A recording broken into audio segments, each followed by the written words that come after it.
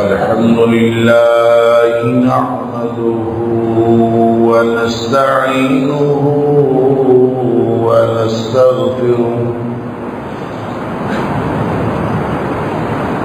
ونؤمن به ونتوكل عليه ونعوذ بالله من شرور أنفسنا ومن سيئات أعمالنا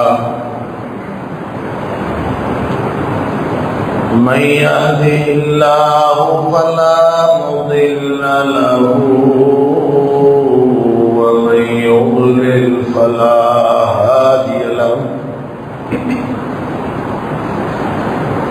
وأشهد أن لا إله إلا الله وحده لا شريك له وأشهد أن محمدا عبده ورسوله صلى الله عليه وسلم أرسله بالحق بشيرا ونذيرا بين يدي الساعة فمن يطع الله ورسوله فقد رشد واهتدى ومن يعص الله ورسوله فقد ضل وغوى فإنه لا يضر إلا نفسه ولا يضر الله شيئا نسأل الله ربنا أن يجعلنا ممن يطيعه ويطيع رسوله ويتبع رضوانه ويجتنب سخطه فإنما نحن به وله أما بعد فإن خير الحديث كتاب الله وخير الهدي هدي محمد صلى الله عليه وآله وسلم وشر الأمور محدثاتها وكل محدثة بدعة وكل بدعة ضلالة وكل ضلالة في النار فأعوذ بالله السميع العليم من الشيطان الرجيم من همزه ونفخه ونفثه بسم الله الرحمن الرحيم إن ينصركم الله فلا غالب لكم وإن يخذلكم فمن ذا الذي ينصركم من بعده وعلى الله فليتوكل المؤمنون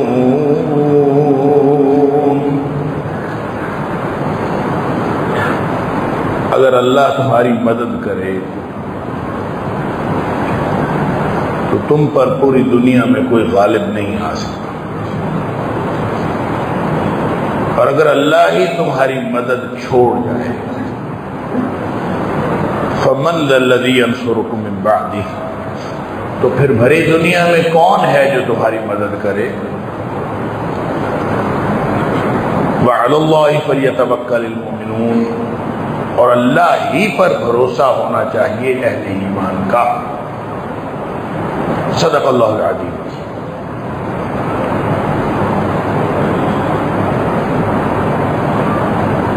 اللہ کے دین کو ماننے والے اپنے آپ کو مومن کہلانے والے پوری دنیا کے مسلمان انفرادی اور اجتماعی طور پر ایسی مغلوبیت کی حالت میں ہیں کہ انسان جب زیادہ غور سے سوچتا ہے تو ایمان متزلزل ہونے لگتا ہے کہ اللہ کی مدد کیوں نہیں آ رہی، اور اللہ نے قانون بھی یہ بتایا ہے کہ اگر اللہ کی مدد تمہارے ساتھ ہوتی تو تم کبھی مغلوب نہ ہوتے۔ ہم مغلوب ہیں بحیثیت ملت اسلامیہ، ہم مغلوب ہیں۔ ہمارے اوپر چڑھائی کرنے والا ہندو بنیا ہو یا یہودی ہو یا کوئی بھی ہو، مغلوبیت کی صورت کوئی بھی ہو، لیکن حالت یہ ہے کہ ہم حالت مغلوبیت میں ہیں۔ ہمارے اوپر دنیا غالب آئی ہوئی ہے اور ہم مغلوب ہیں۔ وہ اسلام جو غالب آنے کے لیے آیا تھا وہ مغلوب ہے۔ تو ایسی صورتحال میں جب ہم اپنے آپ کو فلسطینیوں کے حوالے سے یا کشمیریوں کے حوالے سے بے بس پاتے ہیں، دنیا کے مظلوم، مقہور، مجبور مسلمانوں کے لیے ہم اپنے آپ کو بھی بے بس پاتے ہیں، تو ہمارے پاس سوائے ایک ہتھیار کے کہ ہم دعاؤں کے لیے کہ ہم ان کے لیے دعائیں کریں، ان دعاؤں کے علاوہ ہمارے ہاتھ میں کچھ نہیں رہتا۔ وہ دعائیں اللہ کے ہاں پہنچتی ہیں کہ نہیں پہنچتی، اور اللہ ان کو سنتا ہے کہ نہیں سنتا۔ وہ سنتا تو ہر دعا ہے، لیکن ہر دعا کو قبولیت کا اس نے ایک قانون بنایا ہوا ہے۔ اور میں نے عرض کیا تھا گزشتہ جمعے میں کہ صرف یہ دعویٰ کر لینا کہ ہم مومن ہیں یہ کافی نہیں ہے، اس کے ساتھ عمل صالح کر کے دکھانا پڑتا ہے، نیکی کا حکم دینا پڑتا ہے، برائی سے منع کرنا پڑتا ہے، اپنے معاشرے کو اسلامی اور مومنانہ معاشرہ بنانا پڑتا ہے، پھر اللہ دعائیں قبول کرتا ہے، ورنہ اللہ دعائیں بھی قبول نہیں کرتا۔ باوجود اس بات کے کہ نیک لوگ دعائیں کر رہے ہوتے ہیں، لیکن وہ دعائیں اللہ قبول نہیں کرتا۔ کیوں؟ اس لیے کہ بحیثیت مجموعی مسلمانوں کا معاشرہ اس حد تک پہنچ چکا ہوتا ہے۔ میں نے ایک حدیث آپ کے سامنے رکھی تھی کہ نبی اکرم صلی اللہ علیہ وسلم نے فرمایا لا تأمرون بالمعروف ولا تنهون عن المنکر، تمہیں لازماً نیکی کا حکم دینا پڑے گا اور لازماً برائی سے منع کرنا پڑے گا۔ او لا یوشکن اللہ بعقاب منہ، نہیں تو پھر اللہ تعالیٰ تمہارے اوپر ایک عذاب کی کیفیت مسلط کر دے۔ جب وہ عذاب کی کیفیت مسلط ہوگی تو پھر کیا ہوگا؟ اس کے بارے میں دو طرح کے الفاظ آئے ہیں حدیث میں۔ ایک تو یہ ہے کہ ثم تدعونہ فلا یستجاب لکم، پھر تم اللہ سے دعائیں کرو گے حالت عذاب میں، لیکن اللہ تمہاری دعائیں قبول نہیں کرے۔ اور دوسرا یہ ہے کہ ثم یدعونہ خیارکم، ثم یدعونہ خیارکم، پھر تمہارے نیک لوگ دعائیں کریں گے فلا یستجاب لہم، اور ان نیک لوگوں کی دعائیں بھی قبول نہیں۔ تو سوچنے کی بات یہ ہے کہ ہم کہیں ایسی کیفیت میں تو نہیں ہیں کہ ہماری دعائیں اللہ کے قانون کے مطابق جو ہر وقت سنی جاتی ہیں اور ہر وقت قبول ہوتی ہیں۔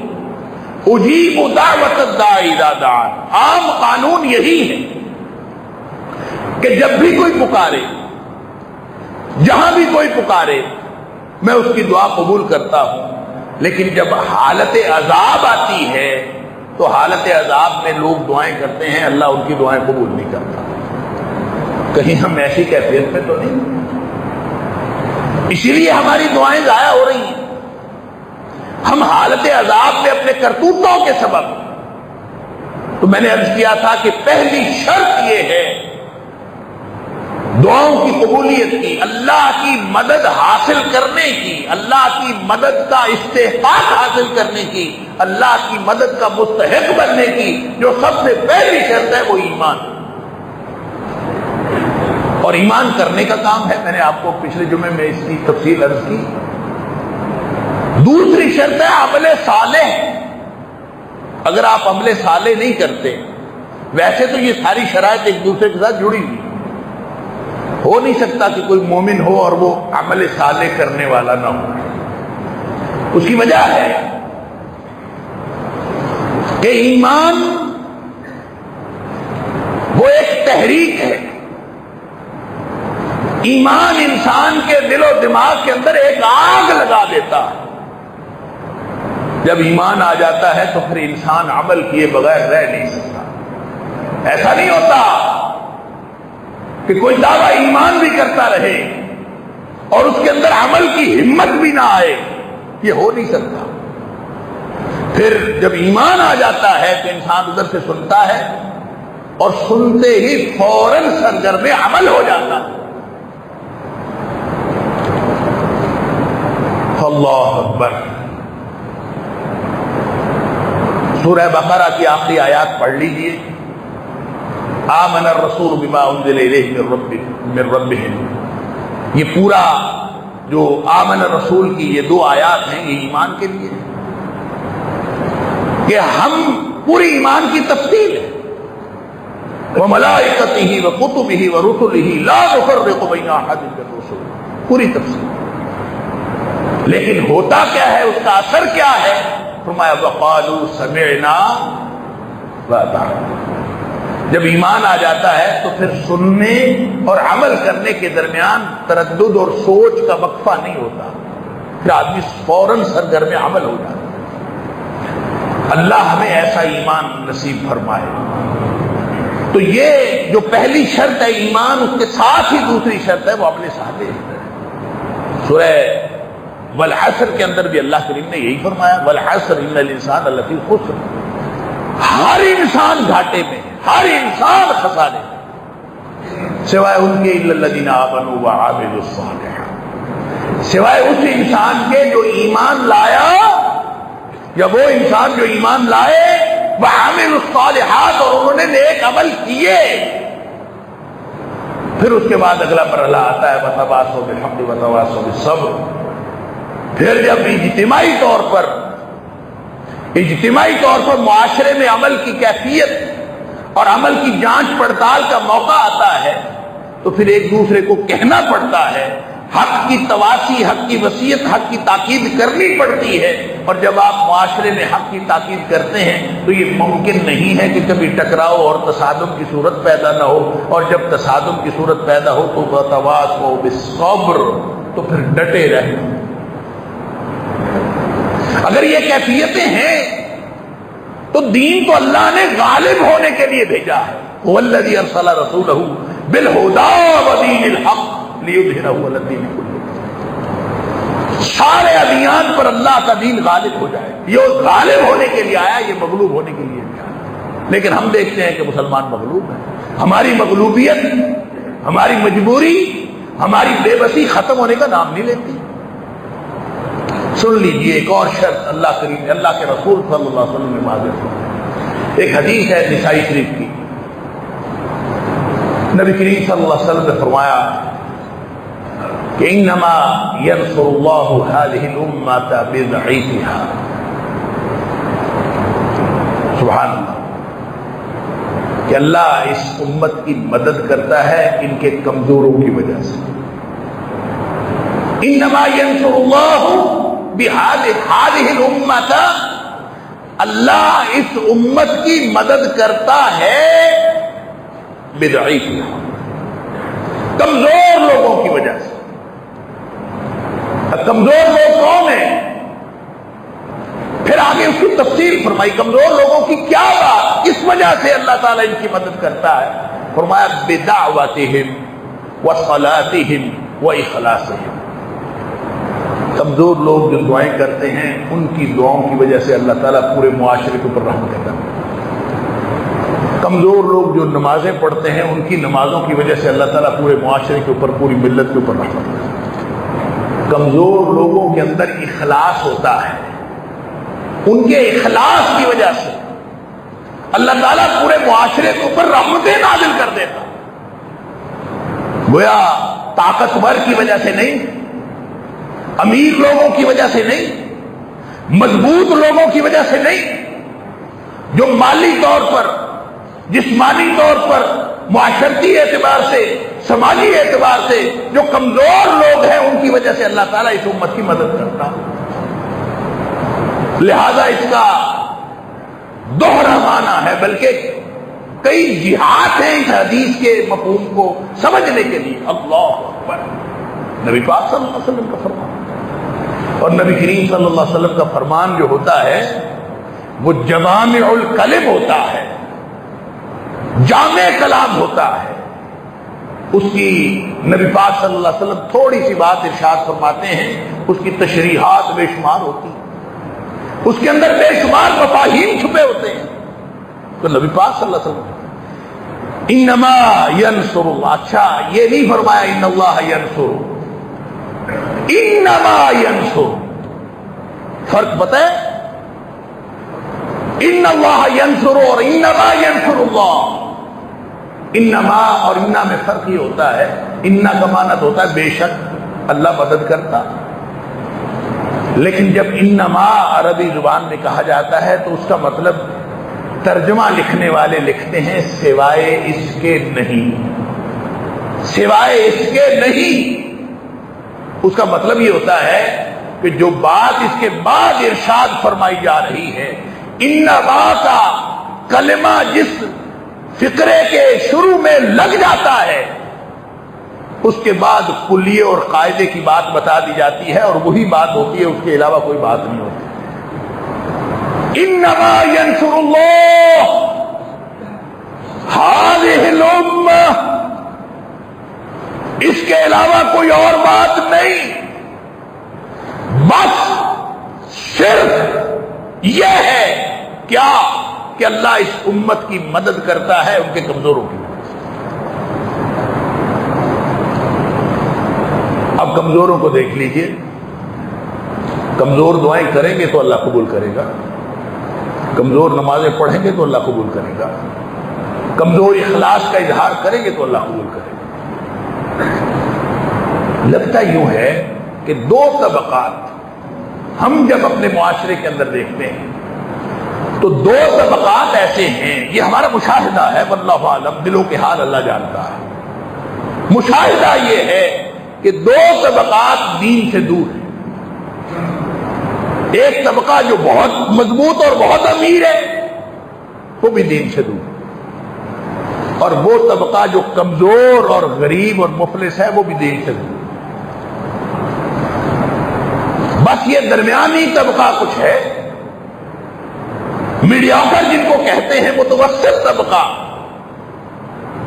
ان کو کوئی دین کی سمجھ بوجھ بھی ہے، یہ سمجھ بوجھ کی یہ دین کو ترجیح بھی دیتے ہیں، نہ امیر ترجیح دیتے ہیں نہ مفلس ترجیح دیتے ہیں۔ مفلسوں کا تو حال یہ ہے، اللہ اکبر، معاشی طور پر بھی کمزور اور دینی اعتبار سے پرلے درجے کے باغی۔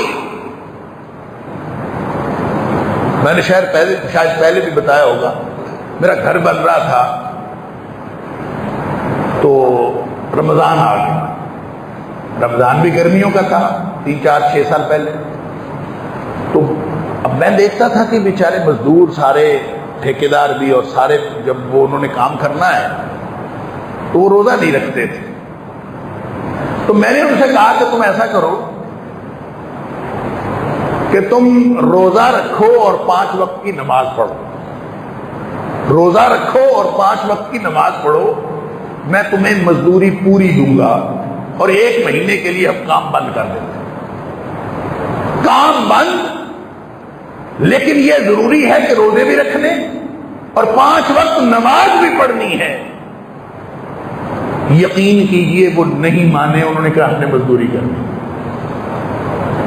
مزدوری کرتے رہے، اور وہ کیونکہ نماز پڑھنی ہوگی، ان کے لیے نماز پڑھنی زیادہ ہوگی۔ جن کی دعاؤں سے، جن کی نمازوں سے، جن کے اخلاص سے پوری امت نے فائدہ لینا تھا، پوری امت کو جس کا فائدہ ہونا تھا، ان کی حالت کیا ہے؟ لہذا نبی اکرم صلی اللہ علیہ وسلم کے فرمان کی جو ایک ڈائمینشن ہے، جو ایک رخ، وہ تو اپنے معاشرے کے اندر دیکھ لیجئے، جب تک کمزور طبقہ دعا، نماز اور اخلاص کے اوپر کاربند نہیں ہوگا، اللہ کی مدد نہیں آئے۔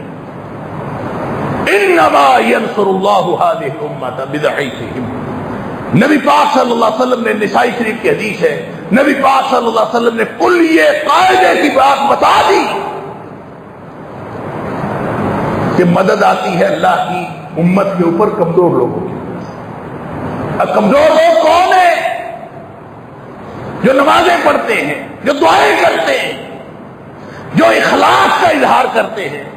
اگر ان کی دعائیں، ان کا اخلاص اور ان کی نمازیں موجود ہیں تو اللہ کی مدد آئے گی، اور اگر وہ نہیں ہے تو پھر اللہ کی مدد نہیں آئے گی۔ تو آپ معاشرے میں دیکھ لیجئے، اگر کمزور طبقہ دعا، نماز اور اخلاص پر کاربند ہے تو انشاءاللہ اللہ کی مدد آئے گی۔ اللہ کا وعدہ ہے، نبی پاک صلی اللہ علیہ وسلم اللہ تعالیٰ کی طرف سے بتا رہے ہیں، انما ینصر اللہ ہذہ الامۃ، اللہ اس امت کی مدد کرتا ہے بضعیفہم، اپنے کمزور، ان کے کمزور لوگوں کی وجہ سے۔ لیکن اس کا دوسرا پہلو جو پہلے پہلو سے زیادہ خطرناک ہے وہ یہ ہے کہ ہم کمزور لوگوں کو لفٹ کب کراتے ہیں۔ ایک حدیث کے اندر آتا ہے کہ روزی بھی کمزور لوگوں کی وجہ سے ملتی ہے۔ اللہ اکبر! تو کمزور لوگوں کی دعوت، کمزور لوگوں کی دعائیں، کمزور لوگوں کی نمازیں، کمزور لوگوں کا اخلاص، اس کی ضرورت صرف کمزور لوگوں کو نہیں ہے، جو مضبوط اور امیر لوگ ہیں ان کو بھی ان کی دعاؤں کی ضرورت ہے، تاکہ پوری ملت کے اوپر، پوری امت کے اوپر اللہ کی مدد آئے۔ سب کو ضرورت ہے، لیکن ہم کمزوروں کی دعائیں لیتے ہیں، ہم تو کمزوروں کی بد دعائیں لیتے ہیں۔ فلسطین کے کمزوروں کو ہی دیکھ لیجئے، کیا وہ اس وقت امت اسلامیہ کو دعائیں دے رہے ہیں؟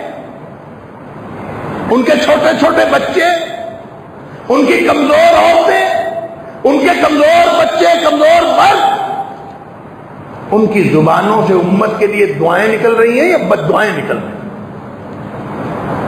ہم ان کی مدد کریں گے تو دعائیں نکلے گی نا، ہم تو ان کی مدد ہی نہیں کر رہے۔ زیادہ سے زیادہ جو مدد کر رہا ہے وہ 4 آنے اکٹھے کر کے ان کی روٹی روزی کا بندوبست کر کے وہاں کوئی پہنچ جاتا ہے، انٹرنیشنل پارٹنر کو ملا کے وہاں پہ پہنچ جاتا ہے، اور وہ مر رہے ہیں، ان کے اوپر بمباری ہو رہی ہے، وہ حالت جنگ میں ہیں، اور ہم ان کے ساتھ ہمدردی کرتے ہیں، چند جو ہے کھانے کے جو ٹکر کی برکی دے کے اور چند نوالے دے کے ہم سمجھتے ہیں کہ ان کی مدد ہو جائے گی۔ یہ اس طرح کی مدد کر کے ہم ان کی دعائیں لینے میں کامیاب ہوں گے یا بد دعائیں لینے میں کامیاب؟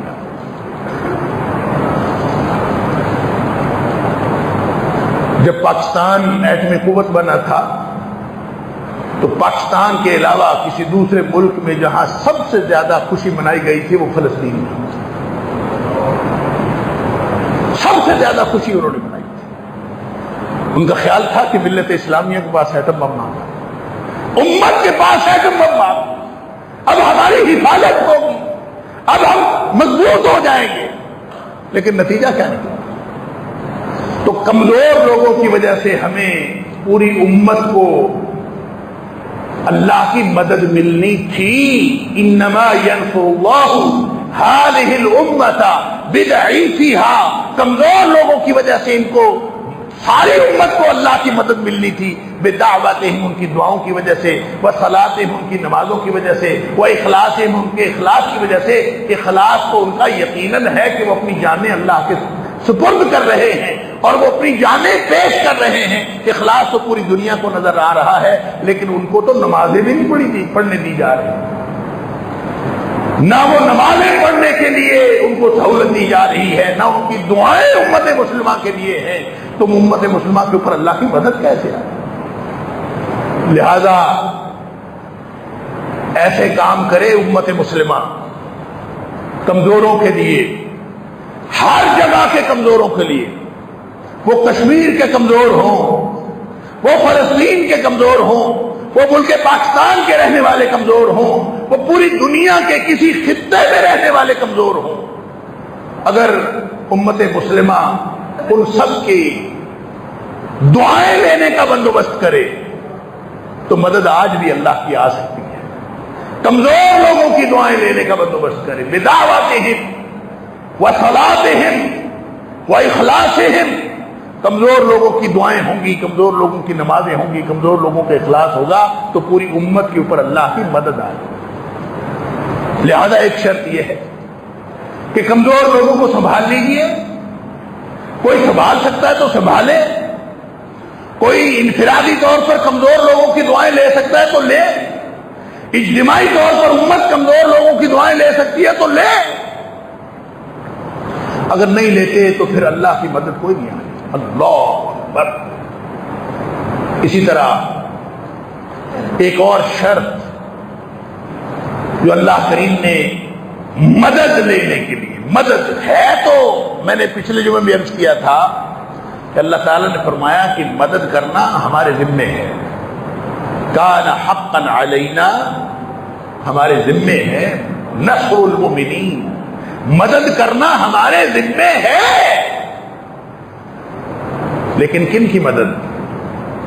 جو اپنے آپ کو مسلمان کہتے ہیں، صرف ان کی مدد، یا مومنین کی مدد، اہل ایمان کی مدد اللہ تعالیٰ نے اللہ تعالیٰ نے جو وعدہ کیا ہے وہ اہل ایمان کے لیے ہے۔ اپنے اپنے ایمان کی فکر کر لیں۔ اس کے ساتھ ایک اور اصطلاح استعمال کر لیں، ہو سکتا ہے ہماری سمجھ میں بات آ جائے، واللہ اعلم۔ اللہ کریم نے قرآن میں فرمایا ان الارض للہ، یہ زمین اللہ کی ہے، یرثها لمن یشاء من عبادہ، اللہ تعالیٰ جس کے لیے چاہتا ہے اس کو وارث بنا دیتا ہے زمین کا۔ والعاقبۃ للمتقین، انجام کار جو اس کے وارث بنیں گے، جو اس کے اصل وارث ہیں، جن کو یہ وراثت ملے گی، وہ متقین۔ دوسری جگہ فرمایا واتقوا اللہ، اللہ کا تقوی اختیار کرتے رہو۔ واعلموا ان اللہ مع المتقین، اور یہ بات جان رکھو کہ اللہ متقین کے ساتھ ہوتا ہے۔ بے شمار آیات ہیں جو تقوی کے حوالے سے ہیں، بس ایک آیت اور عرض کرتا ہوں۔ سورہ اعراف کے اندر اللہ کریم نے فرمایا وَلَوْ أَنَّ أَهْلَ الْقُرَىٰ آمَنُوا وَاتَّقَوْا لَفَتَحْنَا عَلَيْهِمْ بَرَكَاتٍ مِّنَ السَّمَاءِ وَالْأَرْضِ، اگر یہ بستیوں کے لوگ واقعی ایماندار ہوتے اور تقوی والے ہوتے، لَفَتَحْنَا عَلَيْهِمْ بَرَكَاتٍ مِّنَ السَّمَاءِ وَالْأَرْضِ، ہم ان سے زمین و آسمان، ان کے اوپر زمین و آسمان سے خیر و برکت کے دروازے کھول دیں، اگر یہ ایمان والے اور تقوی والے ہو۔ تقوی کا مطلب ہوتا ہے اللہ سے ڈرنا۔ اللہ سے ڈرنے کا مطلب یہ نہیں ہے کہ اللہ تعالیٰ نعوذ باللہ ثم نعوذ باللہ کوئی خوفناک چیز ہے۔ ڈرنے کا مطلب یہ ہے اللہ کی ناراضگی سے ڈرنا، کہیں اللہ ناراض نہ ہو، اس بات سے ڈرنا کہ کہیں میرا اللہ ناراض نہ ہو، اس بات سے ڈرنا کہیں میں اللہ کی خوشنودی سے محروم نہ رہ جاؤں۔ تو یہ دوہرا احساس اگر دل میں ہو، نبی پاک صلی اللہ علیہ وسلم فرمایا تھا تقویٰ ہا ہونا، تقویٰ دل میں ہے، تو تقویٰ دل میں ہو تو کیا ہے احساس؟ یہ دوہرا احساس ہے کہ میرے سے کوئی چھوٹے سے چھوٹا کام ہونے سے رہ نہ جائے جو اللہ کی خوشنودی کا باعث بن سکے، مجھ سے کوئی چھوٹی سی چھوٹی حرکت ایسی سرزد نہ ہو جائے جو اللہ کی ناراضگی کا باعث بن سکتی ہے۔ یہ احساس اگر دل میں آ گیا تو یہ تقویٰ ہے۔ جس دن، جس لمحے انسان کو یہ احساس ہو گیا کہ اللہ میں تیری ناراضگی سے بچنا چاہتا ہوں، میں کوئی چھوٹی سے چھوٹی ایسی حرکت نہیں کرنا چاہتا جس سے تو ناراض ہو جائے. یہ طے کر لیا. اور اللہ میں کوئی چھوٹی سی چھوٹی ایسی حرکت چھوڑنا نہیں چاہتا، ایسا چھوٹا سے چھوٹا کام رہنے نہ دوں، ایسا کوئی چھوٹے سے چھوٹا کام رہ نہ جائے جو تیری خوشنودی کا باعث بن سکے. جس دن انسان نے یہ طے کر لیا اس دن سے متقی. اس کا پھر عملی اظہار کیسے ہوتا ہے؟ اس کا عملی اظہار اسلام کے ذریعے سے ہوتا ہے. نمازیں پڑھنا، روزے رکھنا، حج کرنا، زکوٰۃ دینا، حقوق العباد پورے کرنا، لوگوں کی خدمت کرنا، یہ پوری زندگی کا جو ضابطہ اللہ کے رسول صلی اللہ علیہ وسلم نے دیا ہے، یہ سارے کا سارا ضابطہ یہ اپنے تقوی کو بڑھانے کے لیے ہے. یوں کہہ لیجیے کہ اسلام ایک بہت بڑا دائرہ ہے. اس دائرے سے باہر جو لوگ ہیں وہ جتنے مرضی اسلام کے اوپر عمل کرتے رہیں، وہ مریضوں کی خدمت کرتے رہیں، وہ جانوروں کو تحفظ فراہم کرتے رہیں، وہ پوری دنیا کے انسانیت کی خدمت کرتے رہیں، اگر وہ دائرہ اسلام کے اندر نہیں آئے، وہ دائرے سے باہر ہیں، تو وہ جو عمل بھی کریں گے ان کو اس کا فائدہ تو ہوگا، لیکن دنیا میں فائدہ ہوگا، آخرت میں کوئی فائدہ نہیں ہو سکتا. اس لیے کہ جس مرکز پر پہنچنا ضروری ہے، جس مرکز پر پہنچنے سے آخرت ملتی ہے، وہ مرکز اس پورے دائرے کے درمیان میں ہے، مرکز ہے اس دائرے کا. لہذا جو اس باؤنڈری وال کو کراس کر کے باہر سے اندر آ گیا وہ مسلمان ہے، اس نے اسلام قبول کر لیا. باہر سے اندر آئے، اس نے ابھی جس نے باؤنڈری وال کراس کر لی، باہر سے اندر آ گیا، پہلے دائرے کے باہر تھا، اب دائرے کے اندر آ گیا. کیسے آیا؟ کلمہ شہادت پڑھ کے، اشہد ان لا الہ الا اللہ وحدہ لا شریک لہ واشہد ان محمدا عبدہ ورسولہ. جو ہی یہ کلمہ پڑھا تو وہ دائرے کے اندر آ گیا. لیکن دائرے کے اندر آنے کے بعد وہ اللہ کی طرف سے کسی مدد کا مستحق نہیں بنا. اللہ کی طرف سے مدد کا مستحق بنے گا جب یہ دائرے سے مرکز کی طرف چل پڑے گا، جب اس کا سفر شروع ہوگا مرکز کی طرف. اللہ اکبر. تو سورہ حجرات میں اللہ تعالیٰ نے فرمایا قالت الاعراب آمنا، ہمارے جیسے ہی تھے پنڈو دیہاتی، انہوں نے کلمہ پڑھا، کلمہ پڑھ کے وہ اسلام کے دائرے کے اندر آئے. وہ کہتے آمنا، ہم مومن ہو گئے. اللہ نے فرمایا قل لم تؤمنوا، ہے حبیب صلی اللہ علیہ وسلم ان کو قانون بتا دیجیے. قانون یہ ہے کہ لم تؤمنوا، تم مومن نہیں ہوئے، ولیکن قولوا اسلمنا. ہاں اتنی بات کہہ سکتے ہو ہم مسلمان ہو گئے. ابھی دائرے سے پہلے باہر تھے، اب اندر آئے ہو، تو صرف یہ دعویٰ کر سکتے ہو ہم مسلمان ہیں. ولما يدخل الایمان فی قلوبکم، ایمان ابھی تمہارے دلوں میں داخل نہیں ہوا. ایمان داخل ہونے کے لیے ابھی محنت کرنی پڑے گی، مرکز کی طرف سفر کرنا پڑے گا، نیکیاں کرنی پڑیں گی، نمازیں پڑھنی پڑیں گی، روزے رکھنے پڑیں گے، حقوق العباد دینے پڑیں گے، حقوق اللہ پورے کرنے پڑیں گے. جب یہ سارا کچھ کرو گے تو تمہارا سفر اس مرکز کی جانب چل پڑے گا، جو مرکز ایمان اور تقوی کا مرکز ہے، جہاں پہنچنے والے اللہ کے ہاں جنت کے مستحق ہوتے ہیں اور دنیا میں اللہ کی مدد کے مستحق ہوتے ہیں. لہذا ہم نے تو سمجھا ہے کہ شاید ہم مسلمان ہو کے کہ اللہ پر کوئی احسان کیا، ہم مسلمان ہیں لہذا اللہ کو ہماری مدد کرنی چاہیے. یہ نہیں سوچتے کہ ہم دائرہ اسلام میں داخل ہونے کے بعد کبھی تقوی اور ایمان کے لیے محنت کی ہے. اگر تقوی اور ایمان کے لیے محنت کرتے ہو تو اللہ نے فرمایا واتقوا اللہ، اللہ سے ڈرتے رہو، وَاعْلَمُوا، اور جان رکھو ان اللہ مع المتقین، اللہ تقوی والوں کے ساتھ ہوتا ہے۔ کیا مطلب؟ اگر تم نے زندگی کی پالیسی یہ بنائی ہو کہ ہر کام میں اللہ کی ناراضگی سے بچنا ہے اور ہر کام میں اللہ کی رضامندی حاصل کرنی ہے، تمہاری داخلہ پالیسی اس کے مطابق بنے، تمہاری خارجہ پالیسی اس کے مطابق بنے، تمہارے گھر کا بجٹ اس کے مطابق بنے، تمہارے ملک کا بجٹ اس کے مطابق بنے، تمہاری معاشی پالیسی اس کے مطابق بنے، اگر پورا معاشرہ اس کے مطابق ہوگا تو کیسے ہو سکتا ہے کہ اللہ کی مدد نہ آئے؟ اللہ تعالیٰ مجھے اور آپ کو، ہم سب کو اس بات کی توفیق عطا فرمائے کہ ہم اس درجے کے مومن اور متقی بن جائیں جن کے لیے اللہ کی مدد آ جائے۔ اگر اللہ کی مدد نہ آئے تو مسلمانوں کو کبھی کامیابی حاصل نہیں ہو سکتی، کیونکہ اللہ نے صاف فرما دیا إِن يَنْصُرْكُمُ اللَّهُ فَلَا غَالِبَ لَكُمْ۔ کافر ہے تو شمشیر پہ کرتا ہے بھروسہ، مومن ہے تو بے تیغ بھی لڑتا ہے سپاہی۔ مومن کو کامیابی صرف اللہ کی مدد سے ملتی ہے، کافر کو ہتھیاروں سے بھی ملتی ہے، افرادی قوت سے بھی ملتی ہے، دنیا کے مختلف وسائل سے بھی ملتی ہے، لیکن مومن کو کامیابی ملتی ہے تو صرف اللہ کی مدد سے ملتی ہے۔